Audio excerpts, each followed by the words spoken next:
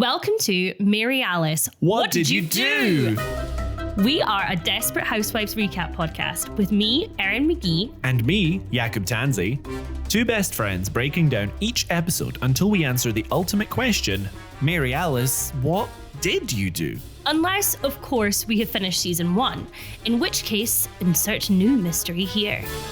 Yes, there's a lot to unpack on Wisteria Lane. Content warnings can be found in the episode description. So get comfortable and let's get into this week's episode. Hello! Hello, welcome back. Welcome. How are we doing? We're doing good. We're doing really good. We are on our third record of the day. Fourth. Fourth. Time is a blur. Time is a man-made construct. How are we, sweetheart? I hope you're comfy because I've had my break. I'm good. I've had my break. It's fine. We've just recorded some bonus episodes. Some of them are going to be on our Patreon. If you want to check them out, we're thinking about putting one up on our main channel, if you will. Just because we might be having a little bit of a break because I've never spoken about this before, guys, but I am moving house. What? I know. So my official move is in 2 weeks. And I know what you're thinking, Erin, you've had time to prepare for this. Correct. However, things like Wi-Fi setup, finding a place to record the pod, etc., that's going to need a little bit more time. / I'm not going to have the time to do the work for each episode when I don't have time to exist. Very fair. So yeah, we are going to be taking a little bit of a break. Yeah. Certainly not as long as we took between seasons. Don't panic. But if you It's are our mid-season break. Exactly. It basically is mid-season, Yeah. episode 11. But if you are missing us in that time, as Erin said, we're going to be posting some bonus content on Patreon to hold you over. Little bits and pieces. Aye. Aye. And how have you been otherwise, or is all of your chat just packing related? I've been all right. I lost my phone today. That was exciting for everybody. Oh, Very my God. exciting. We from the coffee shop that is directly opposite my house to my house, I lost my phone, started to freak out because whenever I get stressed, I lose things. I don't normally lose things. If I'm stressed, it's going. Jakub ran back to the coffee shop. They did not have it. I was on Find My iPhone. I'm messaging my best friends who are basically my stalkers. Thank you very much. And I'm going, hey, check Life 360. Where is my phone? And I then ran downstairs to check to see if it was outside. And I dropped, it was under a Subway cookie. The whole time. Erin was outside. I was on her MacBook on Find My. I realized I could get the iPhone to play a sound. The sound played right next to me immediately. I moved the cookie bag. We found the phone. See, when you say it like that, it doesn't sound like the riveting, action-packed story like Rory was involved. I think it was the Avengers. It was basically the Avengers. It was the event of the year. Maybe the recap should be the preamble to this chat. Wow. What about you? What have you been up to, sweet boy? I have been to war, Erin. I have been fighting for my life. Okay, well, let's be careful saying that right now in this political climate. Let's be very careful. That's true. Well, hopefully this episode goes out pre-World War III. So we're talking about Ticketmaster Wars. We're Yes. talking about Ticketmaster Wars. I tried to get BTS tickets Yes. for me and my friend.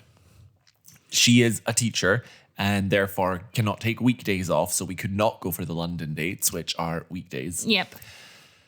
So I signed up for the pre-sale, which you have to pay for, or signed up to their fan club membership to get access to Is pre-sale. that the one that you have to pay for the fan club membership? Yes, to it's get like £15 access? to get access to pre-sale. And let me tell you, it's a digital membership. It's not a physical thing. And they sold out of memberships because that many people, the amount of money they will have made from people signing up to access pre-sale is probably more than most people make on their entire world tour. This is wild. Crazy. I understand, but I also cannot comprehend.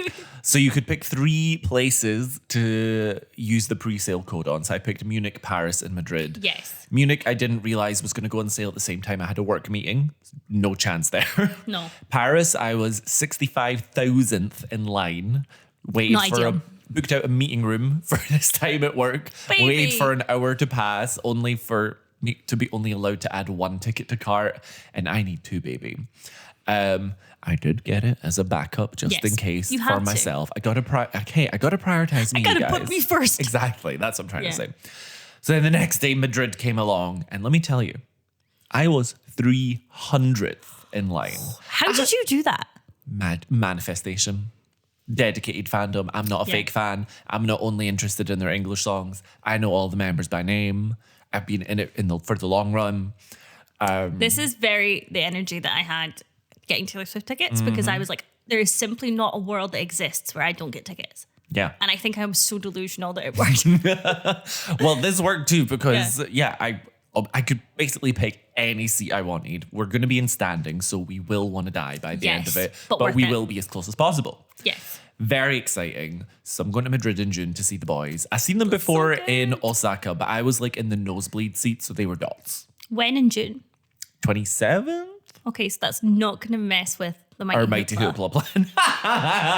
We discovered while recording one of our bonus episodes. It was like an exclusive. Yeah, we got the live reaction. It's very exciting. We were doing a bonus episode on Salt Lake City. The Real Housewives of Salt Lake City, not just the place. Oh yeah.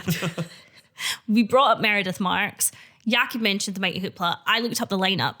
Because she's DJing at Mighty Hoopla. Of course. And then we got even more excited when we found out that Cascado was going to be there. Trixie Mattel's going to be there. I thought Erin was joking. Sisters. Yeah, he genuinely thought that I was joking. And I get it, because I would.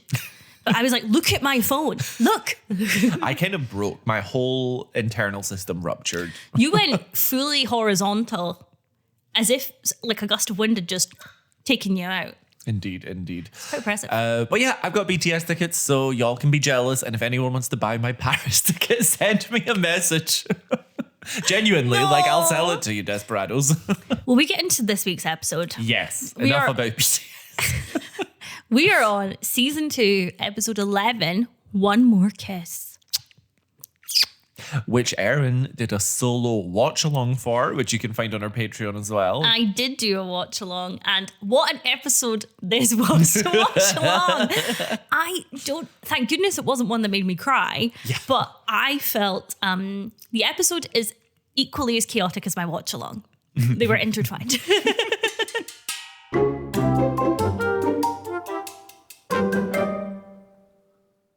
Calling all desperados. Are you enjoying the pod? Want to access our episodes early and support Erin and I to keep the show running? Well, now you can. Over at patreon.com/modded, you can support the show for as little as £3 a month. Why, Jakub, that's less than the price of the coffees that keep us coherent during records. Truly, no joke. You can get a shout out from us here, access episodes a whole day earlier than everyone else, and even get access to occasional bonus watch along episodes. Ooh. We're aiming for monthly. But no pressure. Seriously. We love you either way. It's just there if you're looking for a way to show your appreciation and help us keep doing what we do. Want to support the show for free? Tell a friend. Tell your mother. Tell your aunt who you know loves Desperate Housewives. Tell your therapist. Tell your ex-boyfriend. No, do not break no contact. But tell anyone who might enjoy our ramblings. And leaving a review helps more than you know. We love you, desperados. That's patreon.com/modded. MAWDYD. Now, back to the episode.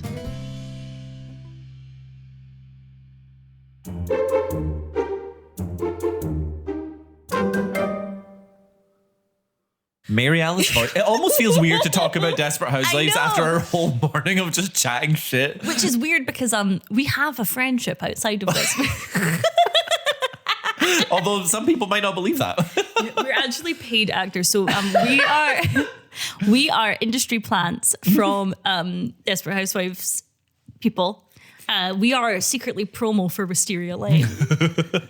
Hey, we're going to be promoting it when it comes out. I'm going to be buzzing about it. I will be suitably neutral.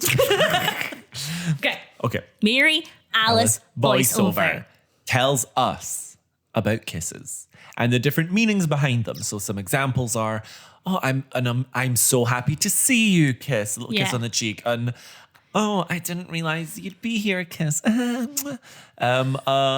honey, it's time to stop drinking, little kiss. Basically, this whole thing we're seeing during a montage of a neighborhood party. Which is crazy because Bree is suddenly this social butterfly again with all these friends we've never seen before or will again. And we've seen the neighborhood watch meetings and these people aren't there. And Yeah, we're seeing all these kisses happen with randoms at the party. And then Mary Alice's voiceover tells us that the trick is being able to tell the difference. And then we settle in on a scene in the kitchen where, as everyone knows, that's where the party's at when you're at a house party. Yeah. Always it's at the kitchen. And these gals are so cliquey, they've clearly hidden away from everybody else. Yeah. So we've got Tom, Gabby, Edie, Carl, and Bree are chatting away and laughing. We get into a discussion in which we find out Tom is a former band geek and from his high school days, and Gabby was a cheerleader, obviously. But Gabby insists that all her crushes were on the band geeks, but Tom does not believe she would have kissed him in high school, prompting Gabby to jokingly kiss Tom, quote, on behalf of all the cheerleaders in the world. And everyone is laughing, except for Lynette, who is absolutely not amused. Question: how would you feel if Gemma, your best friend, kissed Rory in this similar context? There is a lot to unpack here. And I think intentions are important as well. First of all, I don't like this whole Tom still having a complex about being a geek in high school. Get over it.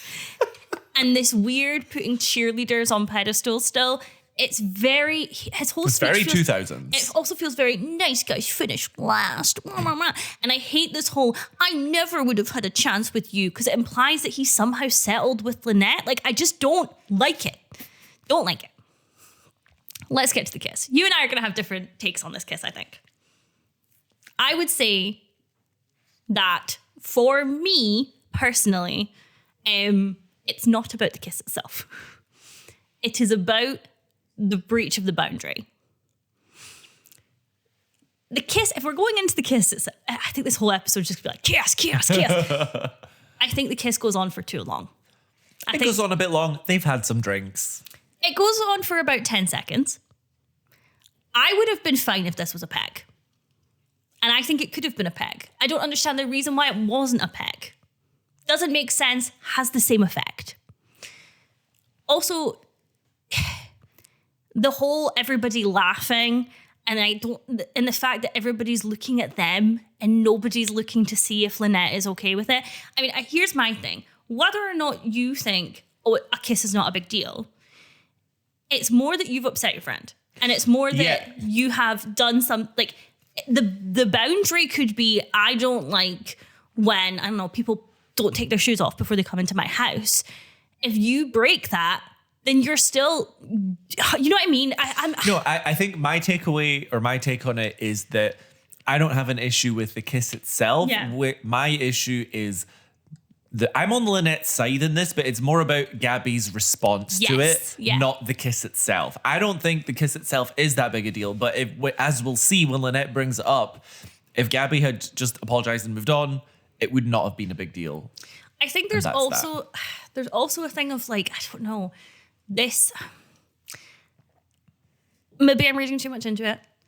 It's the framing of the kiss as well, of like, now here is your reward. And then this kind of like, you were a geek in high school, so now on behalf of like beautiful women, you're getting this kiss as a reward. I don't like it. I just think that it's disrespectful. And if one of my friends were to kiss Rory as a peck. Yeah, I'm genuinely curious about how you would react in that situation. I genuinely think I would be okay with it. But I can also understand that I don't think a lot of other people would be. If somebody were to kiss Rory under the guise of like, you never would have had a chance with me, and isn't it sweet that I'm doing it now and funny? I'd be like, excuse me? Do you know what I mean? It's different. It's completely different in that context. If it's someone who's like a little bit drunk, who's just like, mwah, I'm like, I don't care about that. But also, again, I have been around a lot of queer people a lot of my life, and I will say that. Well, that's why I'm asking you how you'd feel in this position, because for the gays, I'm like, this is just how we say hello. So there is a bit of that too, but I think it's more just like, what is the agreement in your relationship / what is the context of the kiss? And the context is icky. I really don't like this whole like, And Tom after like pretends to fall over because he's so like, oh my God, I got a kiss from Gabby. I hate all of it. All of it makes me uncomfortable.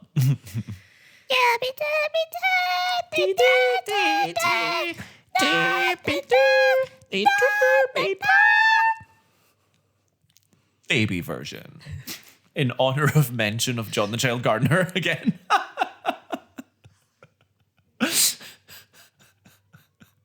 Hate it. Okay. So we've combined Gabby and Lynette's arcs for this episode because it is basically one combined arc. thing, yeah.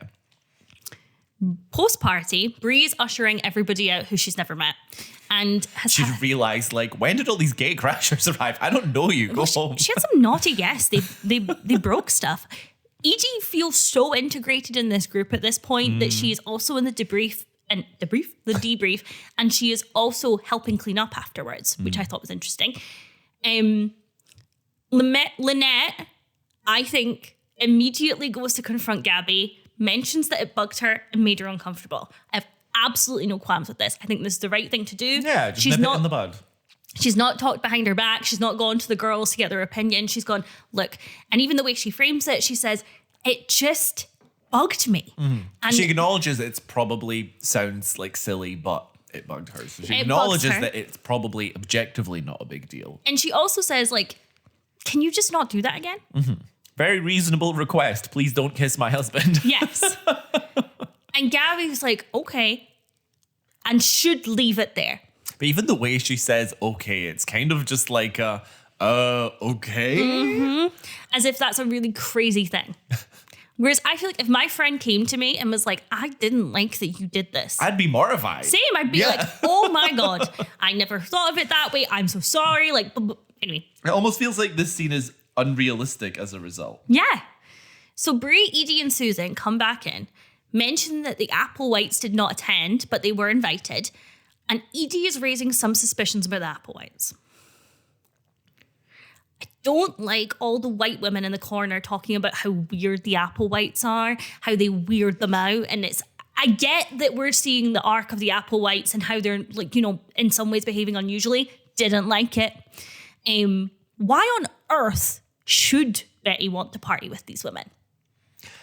Do you know what? If Bree had a piano in her house, It's over. Betty would be there. She'd be the star of the show. Phantom of the Opera. That's how she get everybody out. So anyway, that conversation is happening, but we jump back to Gabby and Lynette. Gabby keeps going, and Edie comes in to get involved, saying that she senses the tension. Gabby is defensive, saying Lynette is making it sound like Gabby was making a pass at her husband. Clearly was not doing that. That is not what Lynette said at all. Also, this is the crucial part for me. That is not why Lynette is upset. Yeah. Lynette is upset that Gabby breached a personal boundary and that it was made out to be a joke when it wasn't a joke to her. Edie is clearly on board with it, finding it, saying that to the other women that she found it hilarious when it happened. And Susan smiles and laughs.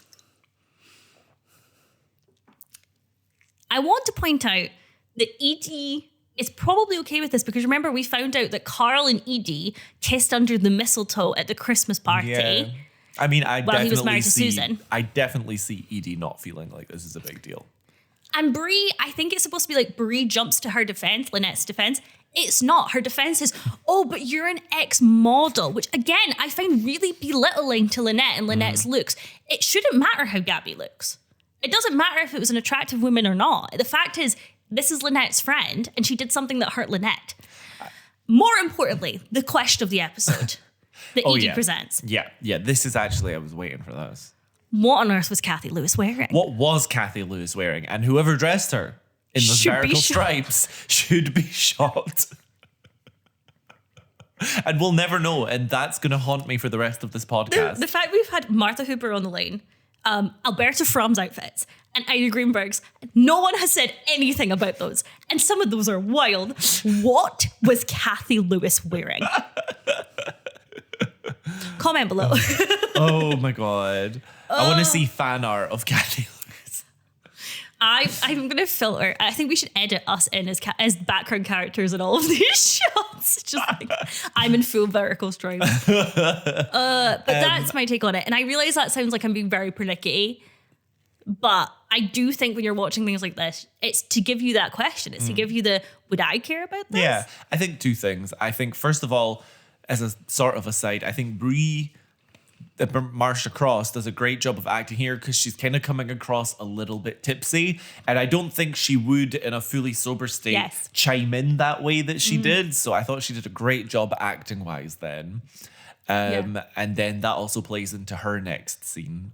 But also, I think, not to get ahead, but I think Gabby is partly on the defensive because she has had an affair. Yes. And it's not so much about what Lynette's saying, it's about kind of her own insecurities around that are playing up. So we'll get into that. But, it's bad timing. It's bad timing. In the moment, I'm like, Gabby's in the wrong here. When you zoom out, she's still in the wrong, but I understand where she's coming from.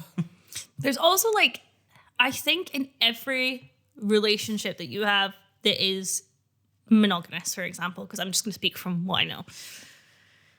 There are things in your relationship that you would mind someone else doing. Yeah. And there are things in other relationships that you would tolerate that they would find horrifying, and vice versa. Mm-hmm. Everyone's boundaries are completely different around that. Like, for example, I'm very like, I don't care. Actually, maybe I do care about that. But for example, some people are like, oh, I don't mind people sleeping in the same bed with someone of the opposite gender when they're both heterosexual, but they're friends or whatever. Some people, fine with that. Some people, horrified by that. I'm not weighing in on that. I ain't touching that with a barge pole. But I just mean different strokes for different folks. Totally. Absolutely. I'm so glad I get to cover this next scene. I'm so glad you did. I think it's my favorite favorite scene of the episode. Lynette and Bree are driving past each other on the lane and stop to have a quick chat through their car windows. Lynette thanks Bree for backing her up about the whole kiss of it all. And Bree doesn't blame Lynette for feeling uncomfortable. And through this line of conversation, she refers to Gabby and John the Child Gardener's affair. Lynette was not up to date on the gossip. Lynette was not in the know. She was not. She is shocked by this revelation. And rightly so. But also I like that Lynette approaches Bree saying, thank you for backing me up. I do think maybe I've overreacted here. Because that's information she's had. She slept on it, you know. And Bree is the one that goes, well, there's more at stake here, really. Also, Bree's delivery, Marsha Cross's delivery of, I was just picking up some fresh croissants for breakfast. So good. She's just buzzing about it. She's buzzing out of her nut on these croissants. Meanwhile, Ida Greenberg has pulled up behind Lynette and is beeping away at her horn, fairly, for Lynette blocking the road. Ida has places to be, people. This has been established. She's probably already changed outfits this morning, ready for her day's plan, back into one of her classic bowling shirts. I completely agree. I feel very sorry for Ida here. But the way wild horses could not keep me from this type of gossip, I am sat. No, I am parked. I'm firmly parked. Well, that's the thing. They're both headed home and their neighbors just park, get out your cars and go chat. Nah. I'm so here for it. If you told me that someone we mutually knew had, let's even just say, an affair of any kind, I would be like, we're not moving until we get this sorted, until we're done. Very well. Well, in any case, Ida eventually goes around Lynette by driving up over the pavement, scraping along and just giving Lynette the dirtiest look as she passes by. It's so iconic. It's so funny. She is the lane wild card. I also really love Lynette's correct reaction when she hears about John the Child Adult Gardener. She goes, the teenager? And Bree is just like, I'm just going to do what I always do and not talk about it. And we smile. I think that's the best thing to do. Also, the look that Gabby's new gardener gives to Ida. New ship. A new ship is single. Ralph and Ida, ride or die. Ah! Wait for that Greenberg light. Oh! Gabby is running by and sees Tom struggling with the groceries and baby Penny. Gabby decides, I'm going to swoop in and I'm going to help. Her bunches are atrocious. They're not great. Worst things I've ever seen. Then Penny has decided to throw up on her Gabby. And Tom says, well, is a contender for my quote of the week, which is usually she only throws up on immediate family. Lynette phones Tom. She's come out of the dry cleaners because Ed loved her pitch and she's coming home early. She's probably picking up one of her suits. Tom is supportive and is like, I need bread. We then hear Gabby in the background. Tom, I need to wipe up. Do you have a towel? And this comes up in a later arc. The play Much Ado About Nothing is mentioned, which is a Shakespeare play that is all about misunderstandings. Okay. And it's masks and misunderstandings and trickery, and this feels very in theme with the Much Ado About Nothing aspect. Having heard this very classic stereotype TV misunderstanding, Lynette definitely broke the speed limit getting home. She is racing back. Fast and Furious. It's back again. We've got another sequel. She would have caught Gabby. She comes in while Gabby's still cleaning her top, and she has very frantic and nervous energy about her. Again, I'm trying to be understanding here. Lynette is not in the right here for being like, oh, they must be having an affair because she's there. I do think it's weird that Gabby has never done anything like this before with any of the husbands. That we've seen. We're only seeing what's relevant to the plot of each episode. Yes. We don't know how much crossover they have like that. Maybe helping him in, but she's staying there. I don't know. It feels very weird to me. I get it's like, oh, I'm cleaning off the spit up. And it's like, you live a door down. I would just go back home. And it's not even played as a thing Gabby's ever done before. I just think that's why it feels a wee bit, it's for the sake of the plot, so it's fine. I think the whole point is that, and the whole reason I'm still on Lynette's side, but it's, again, about Gabby's defensiveness, not her actions. Yeah. And I really think if we didn't have the whole kiss scene and we saw Gabby over here randomly, we wouldn't be questioning it. But then Lynette wouldn't be questioning it either. Well, in any case, Gabby eventually calls her out for being annoyed that she's there with Tom alone after that kiss, and Tom is confused. The women continue kind of going around in circles, and as I say, I am on Lynette's side here, until she implies that John the Child Gardener affair is a reason not to trust her around Tom, which is crazy because Tom is so much older than Gabby's type. Yep, I said it. And Gabby eventually storms out. I find it odd that Lynette hasn't spoken to Tom about this at all. That kind of bugged me that Gabby did that. I understand that you were kind of the other side of it and it was kind of played as a joke and, it would have been, I'm not getting on Tom for this because I think if he'd been like, whoa, it would have made all of it such a bigger thing. But just not speaking to him about it at all. So weird on Lynette's side. Gabby is trying to work out in her home who spilled the beans about this. Because we know that Susan definitely knew about the affair. We know that Helen Rowland did. And she assumes it's Helen Rowland. It wasn't, but I think it should have been, to be honest. Meanwhile, she's venting this to Carlos while he's playing mini golf indoors. This whole scene feels absolutely insane to me and out of touch. Casually talking about one of the most horrendous things that has ever happened to him. And kind of saying it like, aren't you on my side? Which obviously he's not going to be in this scenario. Even if they are working through it, which I know that they are. Gabby mentioned last episode that their marriage is still not in a good place. So it feels weird that this is who she's venting to. She thinks Ida Greenberg spread it. And I believe that as well. We have established lore that Ida, if you tell Ida, Ida's telling everybody, which I like. We've seen her in montages getting her wee flip phone out. And I'm not mad at Carlos's attitude here of, you made your bed, lie in it. And he gives her, I think, an important verbal slap of, because you had an affair with an underage gardener. People don't see you as harmless. They see you as a predator. Which might be the first time she's been called that. I think it is. Then everything that comes out of... This is not a great episode for Gabby. I'm not a fan of hers this episode. I'm sorry. I'm not. She then alludes to Carlos, oh, this is you punishing me. This is not punishment. And you're hanging the affair over my head. You brought it up. It feels crazy. So her solution to absolve herself of her guilt is that Carlos should even the score by having an affair himself. I think this is what Gabby thinks she wants in this moment. But I hate that she refers to her full affair as a little indiscretion. And that is a direct quote. And it was statutory Well, rape. I think she's kind of, well, don't get me wrong. I agree. But like, I think in that moment, she's kind of being all sort of like cutesy and like, oh, you do this and me? So the verbiage kind of goes with that, Yes, what she's doing there true. in that sense. Gabby suggests that Carlos should have an affair with, and she gives the following list: an old college flame, renting a call girl, and flying to Africa to nail the nun. First of all, she knows he can't do that. She knows for a fact he cannot because of the weird reaction to the vaccine, because he's allergic to eggs. Also, everything she is suggesting is a one-time thing. Also, is it an affair if you're told to do it and given permission to do it?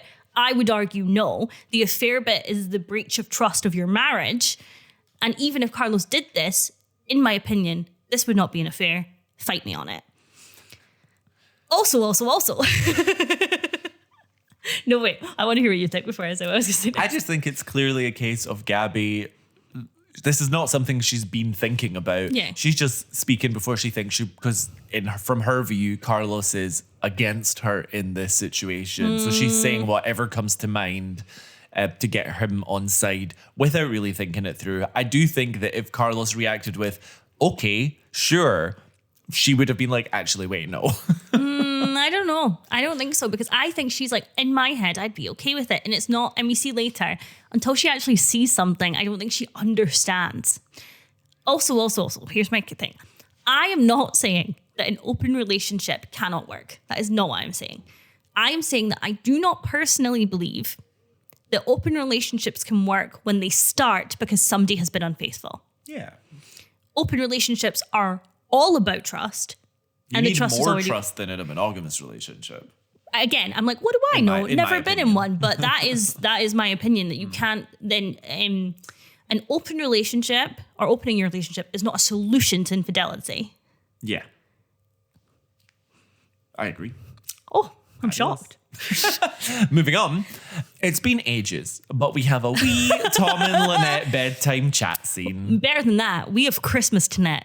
They're back again in their red and green combos. Incredible work. Joint outfit of the week. Yeah. Tom and Lynette are discussing the situation further, and Tom kind of starts to tease her, talking about how Bree always checks him out when he goes for the morning paper, that he's like catnip for the women of the lane, basically using humor to diffuse the situation, which is something he's good at. And it works, and Lynette thanks him for reminding her that she is the only woman that could possibly love an idiot like you. That was my best impression of Lynette in that moment. And it's a cute little scene, and I like it. And this, I like their chemistry when it's good a lot. I think it was cute. If someone started a conversation with me with, "Are you sure you're not overreacting?" they would be in the trunk of my car. I don't even own a car. I do think it's very, very cute in the end. At the watch along in the beginning, I took him so seriously at first, and I was like, oh, okay, I see where this is going. This is actually adorable. Next in the arc, Lynette comes into Gabby's house. Gabby's making a smoothie. Gabby is very, I will talk to you once I am done doing the thing I am doing. But when Lynette says she is there to apologize to Gabby, Gabby immediately is like, okay, I'm done. I like that. It's very sweet. It is quite sweet. And that's it for that. We then hard cut to them enjoying smoothies together. Yep, and they're giggling. It's very cute. They're back. The gals are back together. The gals are back.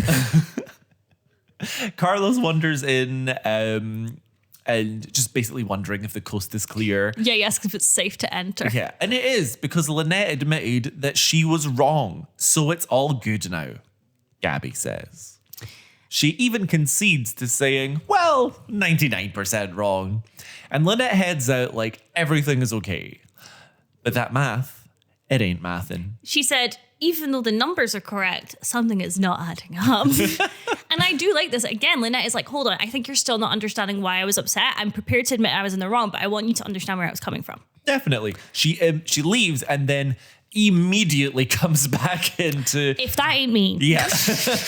She's like, about that 1%. about the 1,100,000. It's just so crazy to me that Gabby doesn't understand why Lynette is upset because she spelled it out so clearly. I don't think she could have been any more clear. I really think that Gabby is listening but not hearing, or vice versa, or whatever. Yes. She's waiting to defend herself without actually thinking about what Lynette is saying. I think that's what it is. I think a lot of Gabby this season in her internal arc is her at war with the idea that she believes she's a good person, but she simultaneously believes she's a really, really bad person. Yeah. And she's constantly at war with that. Well, to prove her point, Lynette wants to test the situation in reverse. Because Gabby says, out of any of the other women, nobody else would have cared, which also would have set me off. Challenge accepted. And let me just say, what happens next is from the Challengers film. I felt like I was in Challengers. Ooh. Well, she grabs Carlos and they proceed to have a good old Mackin session. Big Mac. Big Mac. She's really going at it too. And Gabby is fine with it initially, but eventually pulls her off of him. The eye contact kills me. That's what made it feel like Challengers. Lynette is Carlos is so into the kiss, and Lynette is just staring at Gabby like, right? Do you get it now? I really like the quote that Gabby makes while they're making out. I think this might be my quote of the week when Gabby says, "This is just a waste of time." And spit. Mine is this quote that is so simple, but it's the delivery which immediately follows. Lynette decides to leave and goes, "Alrighty then, my work here is done. Carlos, Gabby." Very good. My one question though is, would Tom be okay with this? Because Lynette's whole thing is like, I don't think you should have done that. And she's kind of doing the same thing to Tom now. Exactly. In a way. So I'm like, I understand. Like, I'm not gonna like lose sleep over this scene, but I'm just a point to think about. I wonder if we don't see. So this is just pure speculation. I wonder if she's gone straight home to Tom and been like, "I've settled it, even." And I do think weirdly, I get into Lynette and Tom's marriage quite a lot. I feel like he's quite chill about stuff like this. Yeah, I actually don't think he would have an issue with it. But that doesn't mean that Lynette should assume though. No. But then Tom assumed that Lynette would be okay with Gabby kissing him. Well, Gabby assumed Tom was kissed. Yeah, but he went into it a bit too far, but like he didn't initiate that, and I don't think he ever would have initiated that, you know? Yeah. The next scene is crazy to me. I forgot it existed. So did I. It was so out of the blue. I was like, okay. I need to listen back to my watch along when this is unfolding in front of my eyes, because I think there's a lot of me being like, Carlos goes over to Lynette's house and they're chatting on the porch. He thanks her for patching things up with Gabby. And Lynette is like patting him on the shoulder like, "Good boy," very platonic. He then is like, you know what Gabby suggested? And she's like, "What?" And he goes, "She said that I should have an affair." Crazy. And Lynette rightly is like, "Okay, and why are you telling me this person that I barely know?" And suddenly he's alluding to the idea that he should have an affair with Lynette. Again, Tom was not consulted. He says from the kiss, you can't fake chemistry like that. Which is hilarious because Lynette was staring at Gabby the whole time. And also even more hilarious, how good of a kisser is Lynette? Pretty good. Must be pretty good. And Lynette's like basically saying, "I'm not interested, buddy." And Carlos is like, "If you ever change your mind, you let me know. You know where to find me." You know where to find me. Also, Lynette was not one of the people that Gabby suggested Carlos have an affair with. I love Lynette's little nervous laugh so much, and she gets to do it so many times through this episode. Just her little. Oh, so funny, and she's playing it off so well. That whole scene is absolutely insane. But what I do like about it is after having this whole scene where multiple people have been like, "I know this model is kissing your man. Can you believe that?" Like, and Gabby's so beautiful, and Tom's like, "I would never have had a chance with her." Well, guess what? Gabby's husband wants a piece of Lynette. There we go. That's the tea. And that's Gabby and Lynette.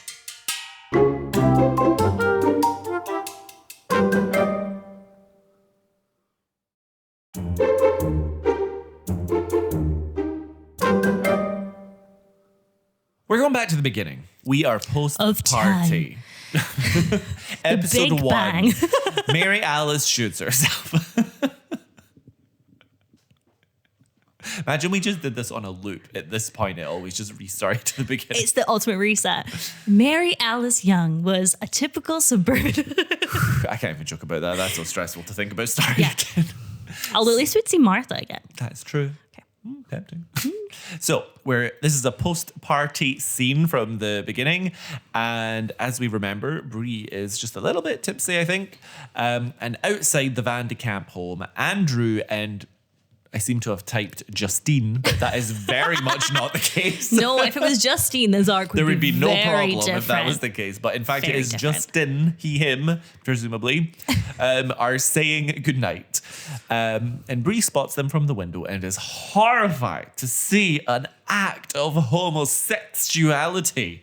Bree could not handle heated rivalry. We do not support that kind of behavior in this pod. I would pay money to watch Bree watch heated rivalry. I want the watch along to that. Bree watching heated rivalry, episode title. So we see Bree spot them sharing a wee kiss goodnight. And Bree is so infuriated by this that she breaks the wine glass she's holding, and we cut to her immediately pouring a fresh glass of wine. She wonders, when Andrew comes in, she's fuming bags. She's so fuming. She wonders what the neighbours would think if they saw it, to which Andrew says he would hope they'd think he landed a hottie. And I love how much he stands up for himself here. He's a wee shit later in the episode, but it's hard not to take his side when Bree is being so overtly homophobic. Yes, I'm very much on his side in this specific scenario. I think that's what makes it so difficult. Something you said earlier off pod was a very good point, was that they try to balance out Bree's homosexuality, Bree's homophobia with just how much of a shit Andrew is. Yes. It doesn't excuse it, but like it kind of... It's almost like they're trying to paint Andrew as not a victim in this, I think is important. That he is seen as having as much power, even if he doesn't. He's painted as having as much power as Bree does, and it's painted as an equal, as opposed to Andrew, for example, being a character who is very sensitive, meek, mild, sweet. I think we would be harsher on Bree. Yeah. And that's what they're doing to us. Totally. And it's working. I would understand this more if this were coming from a place of concern. After all, I'm thinking early 2000s. The other people, if you're doing this on a lane, other people might hurt you. Other people might not understand. Or even from the perspective that she said that she's worried he won't get into heaven. That's something, but her concern is, what if the neighbors saw? I mean, I how get it it. reflects on her. I get it. There's a serial gay basher on the lane. Convicted. But she's more, her problem is her personal values. And it's the irony that we've just seen her let a man die and do nothing about it. But a boy kissing a boy is where she draws the line. It's insane. I do wonder if I watched Desperate Housewives for the first time now. Yeah. How forgiving I would be of Bree, because I just have so much nostalgia for the character, and I know obviously she ultimately does come to accept Andrew in the future, but I'm just curious what I'd think of her if I was watching this for the first time now. I think that she is so incompatible with my belief system now that she's a hard watch. But again, I also have to think, if this show were set today, how firm in these beliefs would she be to get to the same place? A lot of the plot lines simply wouldn't exist. This show simply couldn't exist today as it is. It would be a different show. I can't. Let's get into it. Bree's not MAGA. No, she's Republican. No. Yeah, but she's not MAGA. So again, it's a different. A lot of the things that she is doing and saying mean different things now, and that's not me trying to be forgiving of it. It's just the way that we have to look at it. She's threatening to ship him off to this camp, which we all know he hates. And it feels like her new go-to action for when she doesn't want to parent. Yeah, and she was kind of No, it was Rex who was resistant to it first. Never mind. She's furious, forbidding him from seeing Justin, threatening to ship him off to camp, blah, blah, blah. Yeah. When she heads upstairs, Andrew suggests she takes the rest of the wine bottle, that he knows she likes to knock a few back before bedtime, and that they both know that of the two of them, He's the one who doesn't judge, and he's so right for that. Oh, it's interesting that we're seeing Bree drinking a lot and drinking regularly. That will return. But Bree is probably, I think, just a little bit too drunk to think of like a comeback or some way to respond, because she just sort of glares at him and continues up the stairs without saying a word. And it really does feel like she hates her son in this scene. It's quite awful. Yeah, it is. It is a really hard watch. Remember how Bree had fresh croissants? She comes in and is like, yoo-hoo, yeah, Andrew, fresh croissants. And Justin and Andrew are in the bed together. My interpretation of the scene, Andrew is pretending to be asleep. Andrew is not asleep. He's pretending to be asleep. It's been established that he would like for Bree to walk in on them. Yes. Bree is horrified by the homosexuality on display. And she is his private bedroom. In his private bedroom. She is downstairs. She is pacing. She is fuming. And she wants Justin banned from the house. Again. Also, poor Justin. He's really like so uncomfortable, and he's just trying to have a nice time with his boyfriend. We've come a long way from him trying to blackmail Gabby into having sex with him. I forgot about that. Oh, Jesus Christ. I didn't forget. Again, I do think as the parent, Bree should be allowed to limit who can stay in her home. And if she does not want her child partner to stay over for the reason of her child is young, maybe she's trying to limit their relationship being mature. This is just homophobia, though. Bree is ready to call the police, but Andrew has his trump card that he's been holding. And he even says, I'm happy that you did it. I'm happy you let George die. But maybe I'll tell the police that I don't want to live with a homicidal maniac. All I could think about in this scene was Bree is threatening to call the police is wild, because even before Andrew blackmails her, what is she calling to report? Hello, 911, I'm calling to commit a hate crime. I need this gay boy out of my house. Come and arrest him. Like, what is she going to say to the police? I'm like, when was homosexuality legal in the suburbs of America? I also like Andrew's quote when Bree is like, oh, you blackmail your own mother? And Andrew's like, you got to cut the apron strings at some point. Great line. I do think Bree's thing was that she was going to call the police, but with the idea of an intruder. Like, there's somebody I don't want in my home. Sure, still. But it's not The police would figure out what was going on, though, when they arrived. Anyway, that's not important. They don't come. Muffins for Carl. The next scene. Bree turns up to Edie's place to offer a basket of muffins to Carl. The pleasantries don't last long, though, as this is a business inquiry. I was delighted to see Carl behind this door. Oh, yeah. Bree is looking to hire Carl because, quote, my son is trying to blackmail me and I want you to help me stop the SOB. Do you think you can do that? Let's dissect that, because I spoke about this a little bit in the watch along. SOB is son of a bitch. Yep. Andrew is Bree's son. This would make Bree call herself a bitch if we are to take this literally. Yeah. Just as a comment. Still note. Just a thought. We next see the Van de Kamp house, where Andrew is confronted with Carl, Bree's lawyer. Carl is so chill, which we have to talk about, because presumably Bree has said, and then there was this guy and he hurt Rex and then I let him die. And Carl, unwaveringly chill. I get the vibe from Carl. I've always had the vibe from Carl that he, as a lawyer, he is like more on the shady side, or like not in terms of like he does things against the law, but more in the sense that like he'll stick up for the bad guys to get money kind of vibe, you know? Interesting. I'm gonna, and we see, I'll cut this maybe, but we see in a later season that he helps Bree commit crimes for like legal reasons. I think we learn later in the scene. In fact, let's hop to it when we get to it. Carl pleads to Andrew that in his legal expertise, no crime was committed and Bree would never see inside a courtroom. And Andrew is like, well, what if I change the story and I lie? Bree says she's happy to sue for abusive process. And Andrew is like, well, then I'll publicly humiliate you.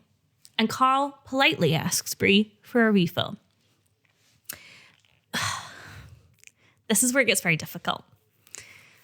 Carl immediately backs Andrew into the wall says that Rex was a friend of his and Rex would knock the hell out of him for his behavior.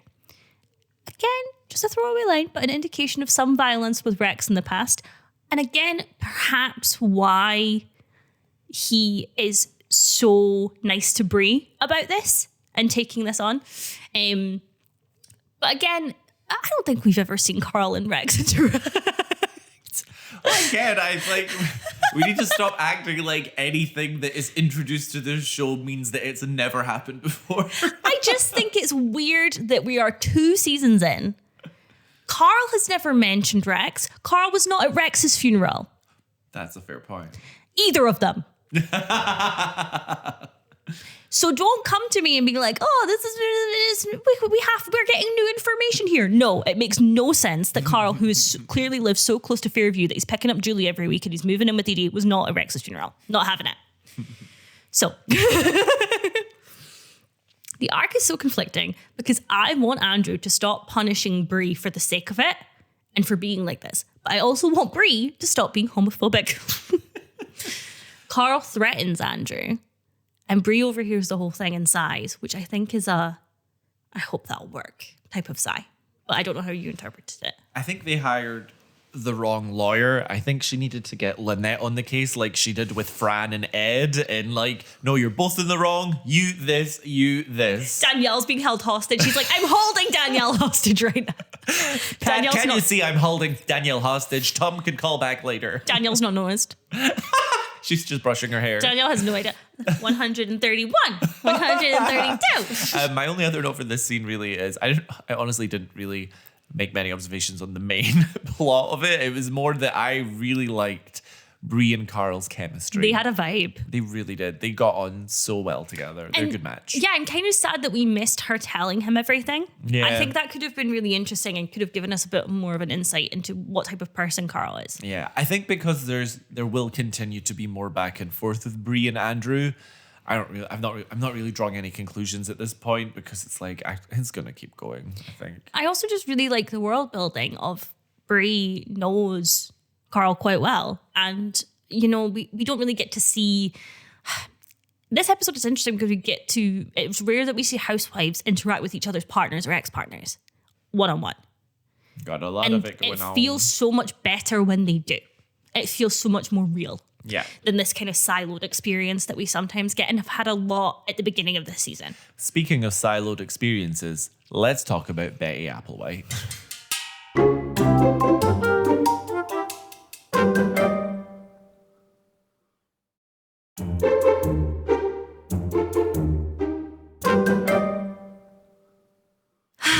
Matthew is dropping off Caleb's food tray to, I guess, his cell, and Caleb sort of makes a calm plea to Matthew, begging him to be let out of the basement. And it's so sad. It really is. And it just goes to show it's like Caleb is not this dangerous, violent guy. He's being very calm, like, just please. And we're seeing, it's the first time we see a kind of conversation with Caleb. Yeah. And he doesn't have the same kind of vacancy that we've seen from him before. Is this the different actor now, yeah? Yeah. Yeah. So Matthew apologizes and does sound genuinely quite sorry to have to keep him locked up there. And so when Betty comes down the creaky wooden stairs, making a passing comment about termites that may or may not come back, Matthew then equally makes a sort of calm plea to Betty on Caleb's behalf. But Betty fully snaps at him and starts yelling. And we see Caleb inside listening through the door, hearing Betty say that they will let him out once they're sure it's safe. Betty says, this shouldn't be funny. I understand this shouldn't be funny. This is not funny. I'm going to bring it up. Betty says that Matthew could visit Caleb more if he wasn't always on his computer, which I think is implying that he's watching porn. I did not take that away at all from that, but sure. She was like, you're always alone in your room on your computer. And I was like, porn. I was like, that's what he's up to. New detective hitman real estate agent is in his car with his inhaler, which is what I need after saying that name. Edie goes by in an incredible outfit with awful hair. It's an upsetting combination. Edie has wrongfully assumed that this man is a real estate agent. And she is not pleased that someone is working on her turf. Well, incorrectly assumed but that's his cover story. He Yes. says he is. The mistaken identity, again, is very much ado about nothing. Edie describes herself as a dangerous woman and says that basically, you better stick to what you know. This is my patch. This is my turf. And he's like, okay. Well, after she says she's a very dangerous woman, we pan to the man's gun, which is, by the way, just out in the open. Edie is always running. Oh, well, that's how she's so fit. She is so fit. My thought on this scene is, why do all the hitmen on the lane pretend to be real estate agents? Should we be sus of Edie too? Have we ever actually seen her sell a house? Or just play the part? That's interesting. I'm like, couldn't be the cable guy, couldn't be the plumber, because they've not got like the van with the side. I don't know. Why is real estate agent the thing? It's the go-to for hitmen. All hitmen are real estate agents, but not all real estate agents are hitmen. We've cracked it. Okay. Betty and Matthew drive off somewhere in the day, and the hitman who's still hanging around breaks into their home to look for Caleb. He really does seem genuinely shocked at how Betty has been keeping him. Because it's horrendous conditions. Yeah, the hitman's like, damn, I'm a hitman and not even I would do this. It's also weird that they broke him out of the institution, presumably because they were like, oh, we don't want that for him, and then put him back in this. Crazy. Caleb is nervous, but typo in my nose. Caleb is nervous, but the hitman says he's there to help and unchains him. He won't go willingly, though, probably because of how scared he is of how mad Betty will be. He doesn't want to get in trouble. Yeah. And so the hitman knocks him out, which just sucks because everybody is violent towards this guy who is being accused of being violent. It's crazy. I know. Sorry, I'm only laughing because you went, which sucks. But you're right. Yeah, This boy is only being treated with violence. Mm-hmm. And so we cut to slightly later. Presumably the hitman couldn't physically carry Caleb upstairs. So he's gone up to get his gun and is yelling at Caleb to come up. He doesn't. So the hitman starts coming down the stairs. But those creaky wooden stairs, those termites are going to get you. They got termites. And so he falls through them, becoming, I guess, impaled by the splintered wood. Yeah, I think he's cut in half. Yeah. +1 to the death count. Darth Maul style. It was Darth Maul style. And I swear at this point, we have reached a lot of deaths. More deaths than in season 1, halfway through the season 2. I really believe that, yeah. Mm-hmm. All started with the rat.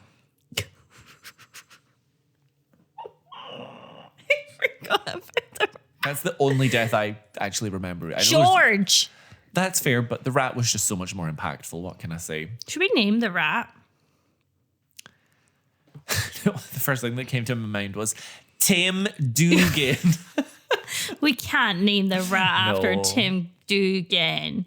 Betty and Matthew come home to Caleb. Caleb is in the kitchen just having some ice cream, which we know he loves. And I did laugh at the, I didn't do it. Betty goes downstairs to see the body, and it is less than ideal. And I think she correctly identifies the situation with an, oh dear.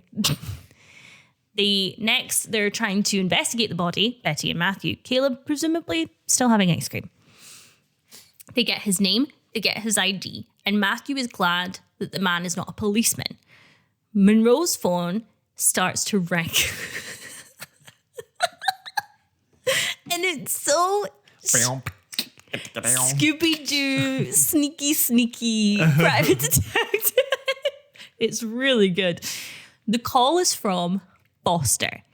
We know that is the family name of Melanie Foster, and that is who Caleb allegedly murdered. Betty believes Caleb allegedly murdered. And Betty is like, we're going to have to get rid of this body the second the sun goes down. And then it gets to sundown, and they are stuffing this body into the back of his car, his own detective car. Yes, which at first I was a bit confused, and then I realized it's his own car. I also was confused in my first watch of this episode. I thought it was their own, but no, it is Yes. the one he was parked up outside in. And they're kind of rushing. Obviously, they're in the middle of the street, even though it is night. Where are Karen's lights? She realized how much the energy bill was, and she said, nah, fuck them kids.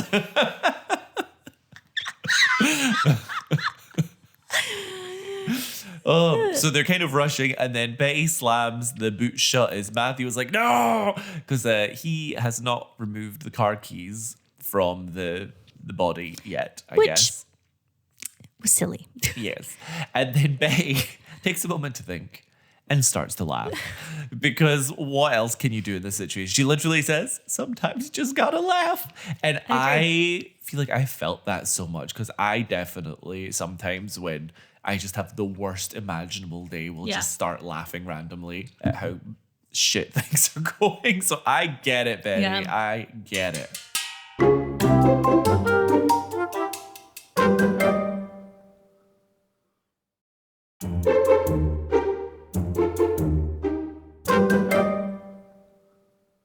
Let's talk about Susan plus Zach plus Paul plus Mike. Yeah.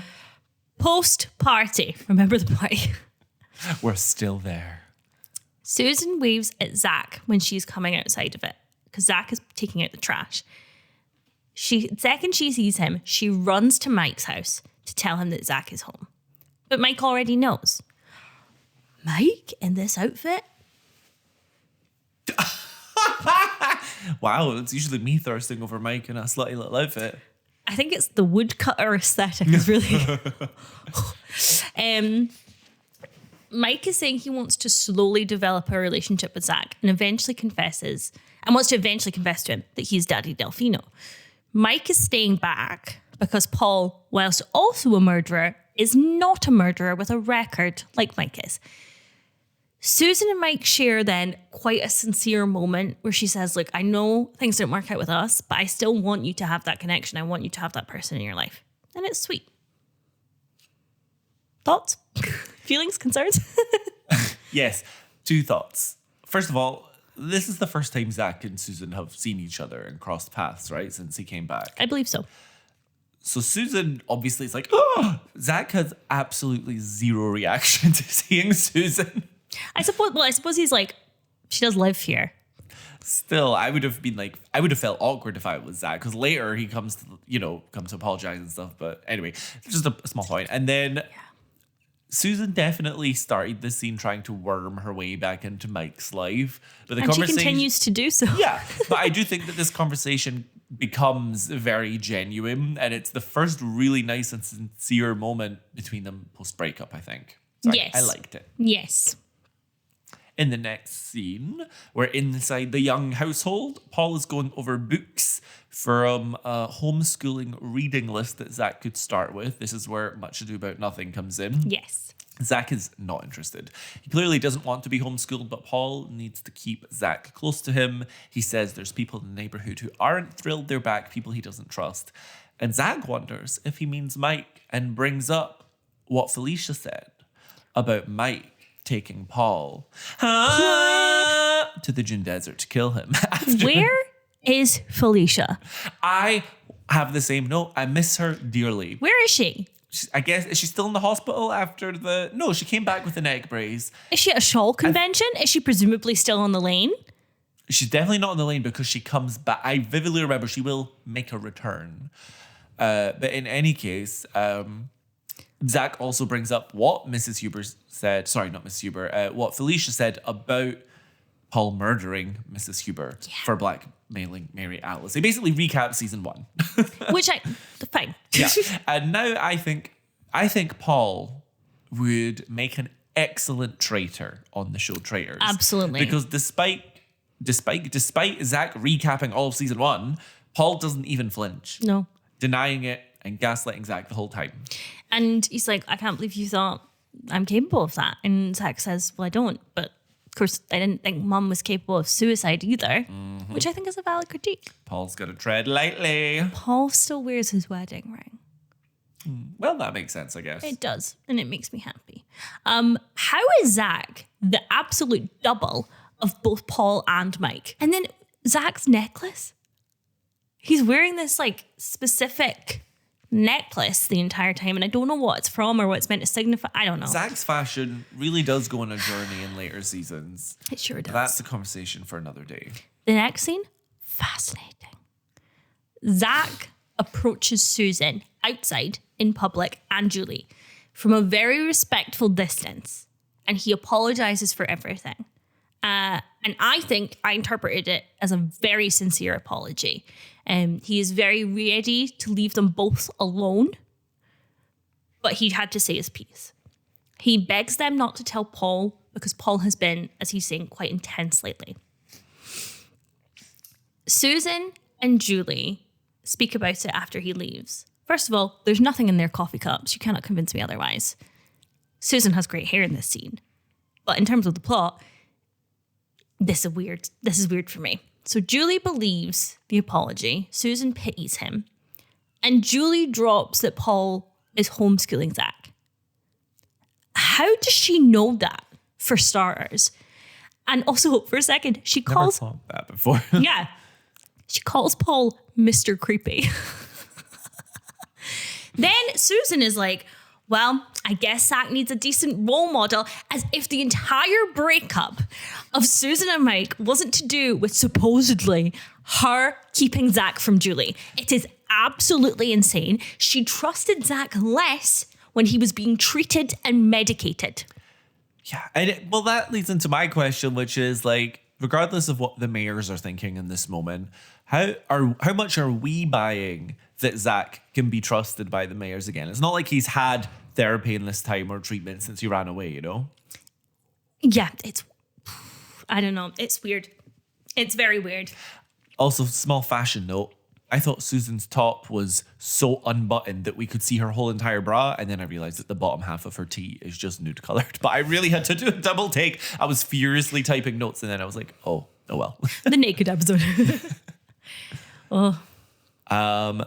So Susan and Julie approach Mike to present them with this master plan to get him some quality time alone with Zach. The plan is bowling. Mike is not sure about this plan, probably because it doesn't involve the cinema. That's what I wrote. I heard you say it in the watch log and I was like, excellent, we're in agreement. But he does agree to it, even though it's reluctant. Probably because like bowling alleys are always near cinemas. Always. And he's like, I'll be so close. So close I could almost taste it. I bet he was tempted to just not show up at the last minute and go see a movie instead. You probably went to see a movie before. Just to get the itch out. Again, Susan was afraid of Zach because he threw something physically in her home and is now taking him bowling, which is where he'll be throwing very heavy things. It just shows me how reactionary and fickle Susan is, you know, like Zach's kind of presenting as being quote unquote better now, and suddenly she's like, oh, that's fine then. And I just feel like it just makes sense for Susan. I see her as a flip-flopper. I think she is trying to delude herself into believing that Zach is better because so that she can get back with Mike. Yeah, that makes sense. Also, Mike's arms are great in that scene. It's a very thirsty episode for Erin and Mike. Let's talk about bowling. Zach shows up to the awkward bowling trap, and Mike says that he was already there bowling by himself and decided to Hey, Zach, remember that guy that you held at gunpoint for murdering your dad? He just happened to be wanting to join us bowling. It's ridiculous. Oh my God. Mike's bowling advice to Zach is, and I quote, just roll it in there. This whole scene, I think, is just like a drug trip. Julie's outfit is horrendous. Horrendous. And even Susan and Julie feel off in their interactions here. I really understand why Zach is like, hey, what is this? Why are we doing this? None of us get along. Like, what's happening? Julie's like, the last interaction that they had, Julie was like, I have no time for you. I never want to see you again. Same with Susan. Mike was being held at gunpoint. Why are we all now bowling? And Zach is speaking as the viewer also, I think. Then Mike is like, hey, I went to jail. Everybody deserves a second chance. And rightfully, Zach is like, what? You went to jail? Zach is having a difficult day. There's a lot to wrap his head around. Poor Zach. Susan uses their little heart-to-heart moment as an excuse to leave them alone together. And it is nice that Zach and Mike are in extremely similar outfits with a grey top and very similar jeans. Great touch. Zach magically now can bowl thanks to Mike's great advice of, and I quote again, right down the middle. To be fair though, if that's not what he was doing, then that's good advice.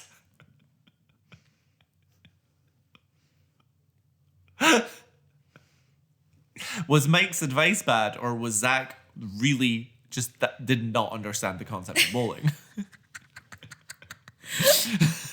It's like when you're doing something that's you have to be very careful about, and someone goes, careful, and you're like, oh, thank God, I wasn't being careful before.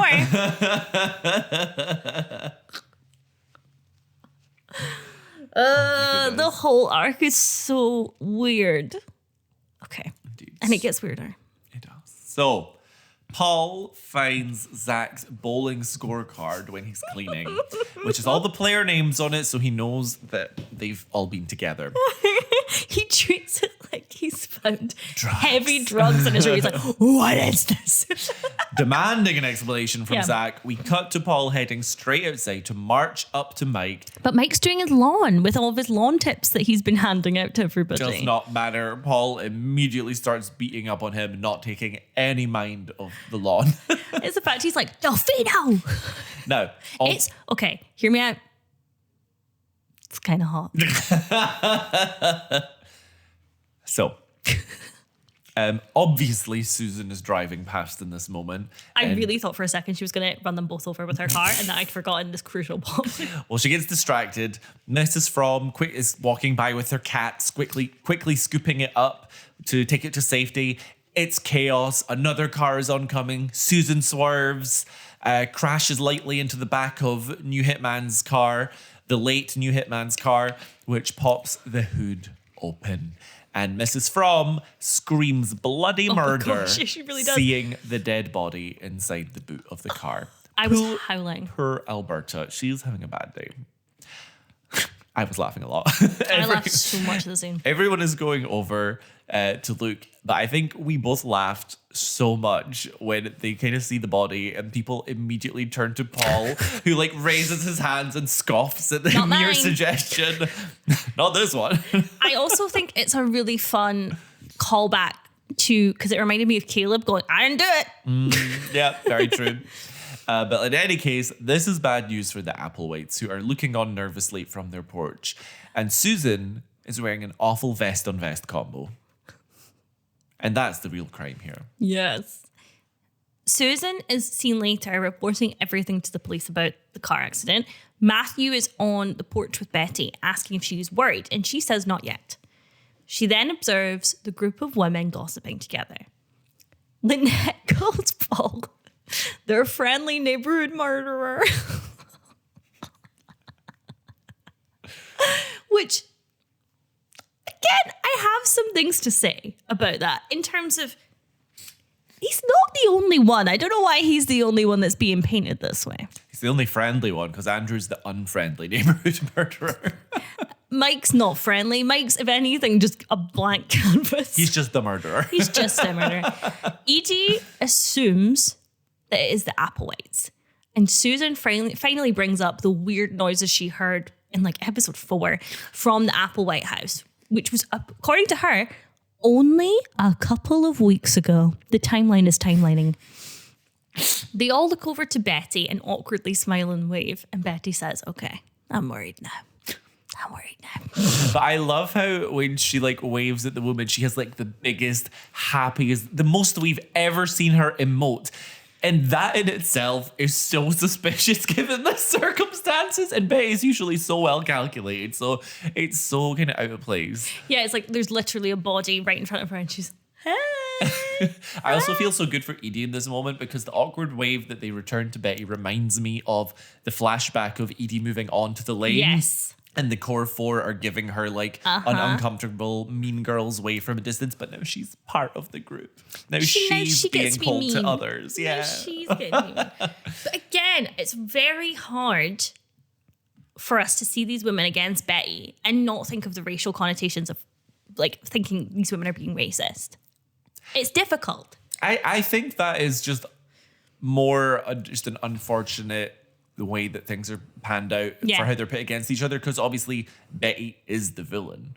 So they're not being racist by being suspicious of a suspicious person, but it's just unfortunate that they've picked the only black character in this position, etc., etc. So it's more from the writing perspective, I think, than the character perspective. Zach is playing guitar on the porch as Julie gets home from the Bronze, presumably. He goes over to say hey and thank her for the bowling, that he hasn't felt like part of a family for a long time, which is really sad. Heartbreaking. Yeah. Julie gives him a wee kiss on the cheek, and I really wasn't sure if it was out of sympathy or she's getting some old feelings coming back. But either way, this transitions nicely into her final monologue, which comes back about kisses. I was stressed by this. I'm not blaming Julie for this. I'm not blaming Zach for this. But Zach is latching on to this moment from a family perspective. And then Julie, by kissing him, I think reignites the romantic feelings that we know he had for Julie. Potentially reigniting that obsession because, I mean, and I'm not using that word lightly because he had a shrine of Julie in his house. So again, when we get to our final scene, I can understand why Paul might be a bit nervous about it. Each kiss carries with it a meaning all of its own. It can convey a husband's eternal devotion, and we see Tonette in bed, or a wife's enormous regret, Carly in the bedroom. It can symbolize a mother's growing concern, and we see Betty kissing Matthew on the head, or a lover's growing passion, Andrew and Justin. But whatever its meaning, each kiss, we get a very hot moment of Carl and Edie in the bath, reflects a basic human need, Alberta Fromm and the kitty, the need to connect to another human being. And Bree kisses her fingers and then touches Rex's photo. This desire is so strong, it's always amazing when some people don't understand it. And we see Julie and Zach looking at each other with Paul Curtin twitching.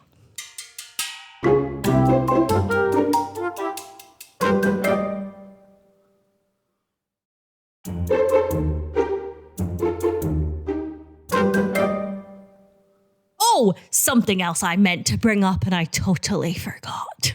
Yeah. And it's about the show.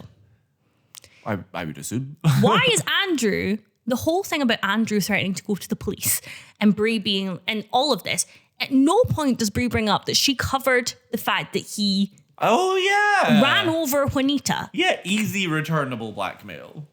Easy. I think because Bree never would, because that she would draw the line at wanting her own son to go to jail.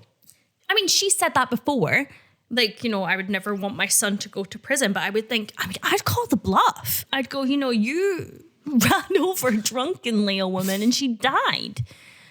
Crazy. This scene is where I wrote in my notes, when is my girl Felicia coming back? When is she coming? I think she's like we're kind of like mid-season now. I think she's the latter half villain of the season. Let's talk about this episode as a whole. Yeah. Mark Cherry said that this is his favorite season 2 episode. Did he? Did he say why? Like, it was good, but like it wasn't mind-blowing. I'm sure he might have, but I didn't get that far. I also saw a comment that the ABC president at the time, Steve McPherson, considered this episode to be the episode that brought back the original style of Desperate Housewives, which fans and critics thought was gone. I would, in some aspects, agree, because certainly Edie felt more like Edie in this episode, I think. Agree. And then, but I think maybe because there's a lot of the Zach, Paul, Mayor, Mike dynamic. I don't know if that's the original style or just bringing back some plot from the main season 1. I think that the siloing of arcs in the beginning of season 2 potentially hurt the show. And even the way, like we were talking about earlier, where the women are interacting with each other's husbands and Bree's talking to Carl, it feels more like a complete world again. And Alberta's there and Ida's there. Maybe Mark Cherry just got so sidetracked with setup for this season that this is the first moment where he felt he could bring it back or something. I don't know. I just don't know why this was specifically his favorite. I know. Is it all downhill from here? We'll find out. I will say though, I haven't found the beginning of season 2 to be the strongest. I have felt a little lost in places, with the exception of 209, which I loved. What one was that again? The aliens one? No, that was Bree letting George pass away. Yeah, and the cowboys Fantastic and time. all of that. Loved. Excellent. Are we all agreeing that our worst neighbor is Lynette? My worst, Lynette for blocking For Ida. blocking Ida the street. Sure is. And who is your monster of the week? I thought that I tend to not write them. So you go for your monster week and I'll see if I can. I was considering putting Vertical Stripes. Kathy Lewis. But then I thought, no, you know what? I've not seen it. I want to form my own opinion of that. So I just put Hitman because don't hurt my sweet boy Caleb. I think the monster of the week is termites. That's very fair. I actually think I did consider termites at one point too, but I'm kind of glad they got the real monster, which was Hitman. Or sometimes you need a monster to defeat a monster. Enemy of my enemy. Termites. Will we talk about the husbands? Let's do it, baby. Oy, oy, oy. Who do you want to start with? Let's start with Carlos. I put 3. I put 3 mostly because of the whole trying to start an affair with his neighbor situation. It would have actually been lower, but I liked that he acknowledged Gabby as a predator, so I gave him 2 points for that. He's somewhere in a 3 or 4 for me. I mean, I guess Gabby told him to go have an affair, so it's weird, but it's Lynette, so that's why he loses points for me. And then I don't care if Gabby said it. I think that it was clear that she was at most semi-serious, and if Carlos took that and ran with it without further discussion and just went out and had an affair, I think that would be really, really shady. Oh, it would be very shady. Yeah, and he tried. I didn't see it as her being semi-serious though. I think she was being completely serious. I guess that's just a matter of perspective then. But I would still give him a 3 or 4. So 3? I want to stick with 3. Let's stick I'm with feeling 3. strong on that. I mean, definitely below average. Yeah. And I mean, I don't know. Yeah, it's definitely 3. I don't know. I was going to say, but no, 3. 3. Good. Mike, I put 6, lightly above average because he's giving good dad vibes, but he's doing it through deception, and Zach is being lied to enough, so it's only slightly higher. Yeah, 6 is fair. Yeah. Tom is fine. I gave him an 8. I thought he handled the kiss situation well and was able to make Lynette feel better about it. I would give him a 7 at most. I can settle on a 7. I didn't like the whole beginning of like, again, I mean, I get that I'm being really pernicky here, but just this idea of like, oh, I could never have ended up with a woman like you. I don't know. I don't like it. I don't like it. All right. Well, 7 it is. And that's that. Yeah, who's left? Paul gets a 10. No. Paul gets 10 as a husband and like a 0 as a father. Every week, baby. Every week. The I miss episodes like this, so I hope that we're back to that. Yes. Well, time will tell. Time will tell. Actually, yeah, I'm sorry. I'm thinking. Sometimes when I'm doing the husband rankings, I think about each scene, and then that slowly chips away at their numbers a little bit.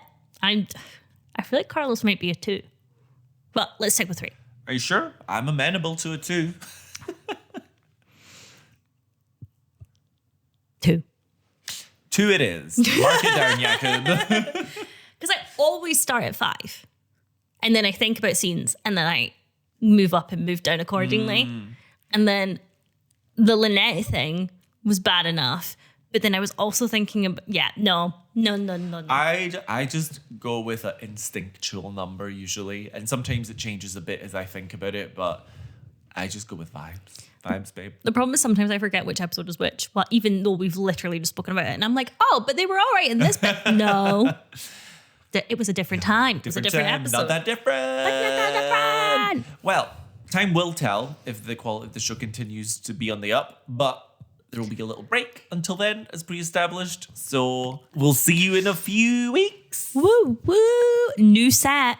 Hey, everyone. We'll have a new set. And you new won't background. see it until we potentially post a reel because the video is not available elsewhere.